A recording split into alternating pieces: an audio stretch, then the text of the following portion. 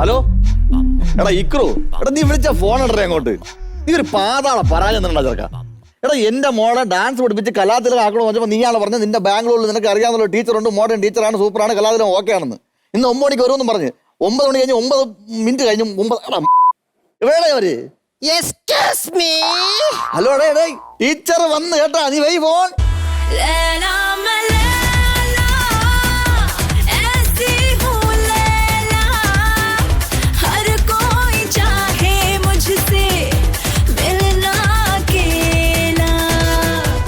അവൻ പറഞ്ഞ പോലെ തന്നെ ടീച്ചർ നല്ല മോഡേൺ ടീച്ചർ. ടീച്ചറെ കിട്ടില്ല സോട്ട്. എന്താ പേര്? കഴിഞ്ഞ ആഴ്ച വന്നിരുന്ന എന്റെ അനിയന്റെ വീട്ടിലെ പാലാച്ചായിരുന്നു. ഹോണിമല്ലാട്ടങ്ങ് വെക്കായിരുന്നു. എന്റെ ടീച്ചറെ നിങ്ങളുടെ പേരെന്തോന്ന്? എന്തോന്ന്? കുർണിന്നാണെങ്കിലും മനുഷ്യന്മാർക്ക് പേര്. അയ്യോ അച്ഛനമ്മയുടെ പഴയ പേരാണ്. പക്ഷേ ഫേസ്ബുക്ക് പേജിലെ എന്റെ പേര് ഇച്ചിരി മൊട്ടട്ടാണ്. അങ്ങനെയാണല്ലോ, ചെല്ലപ്പേര് ഒരിക്കലും നമ്മൾ ഫേസ്ബുക്കിൽ ഇടത്തില്ലല്ലോ. ഫേസ്ബുക്കിലെ പേര് മോഡേണാണ്. എന്താണ് ഫേസ്ബുക്കിലെ പേര്? ഡെപ്ലി കണ്ണി. എന്തോന്ന്? പിന്നെ ഇഷ്ടമുള്ളവർ ജി ഡെപ്ലി കണ്ണി എന്ന് വിളിക്കും. വീട്ടില് 4 ബ്രദേഴ്സ് ഉണ്ട്. അവരുടെ പേര് മോഡേൺ ആയിരിക്കും. എന്താ അവരുടെ പേര്? സുരേഷ്, രതീഷ്, സതീഷ്, ഷിബു.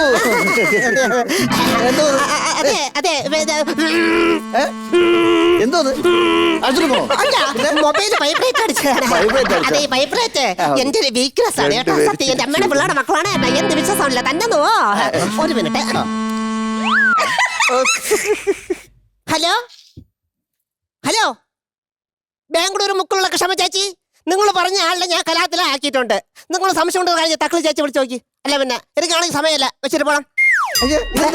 അതെ, ഡോണ്ട് ഫിംഗർ ടച്ച്, പിന്നെ ഒള്ളി ടങ് ടച്ച്.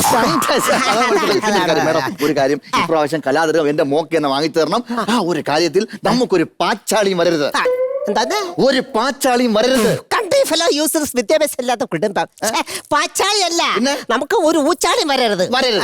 അല്ല, ഞാൻ നിങ്ങളെ മോളെ ഒരു കലാതിലകമാക്കും. പിന്നെ എനിക്കൊരു കണ്ടീഷൻസ് ഉണ്ട്. എന്തായാലും പറഞ്ഞോളൂ. അതായത് ആഴ്ചയിൽ 2 ദിവസം മാത്രമേ ഞാൻ കുളിക്കൂ.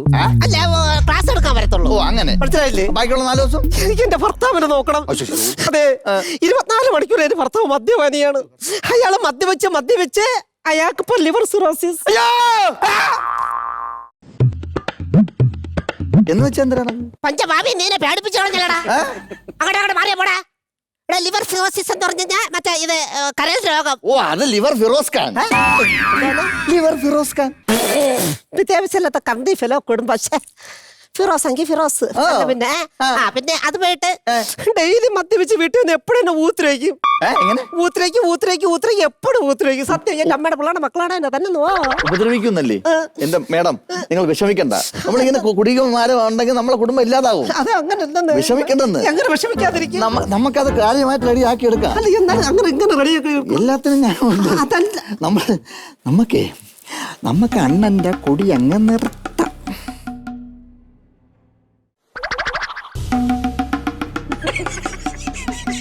എങ്ങനെ? നമുക്ക് അണ്ണന്റെ കൊടി അങ്ങ് നിർത്താം. ശരി, നമുക്ക് അണ്ണന്റെ കൂടി അങ്ങ് നിർത്താം.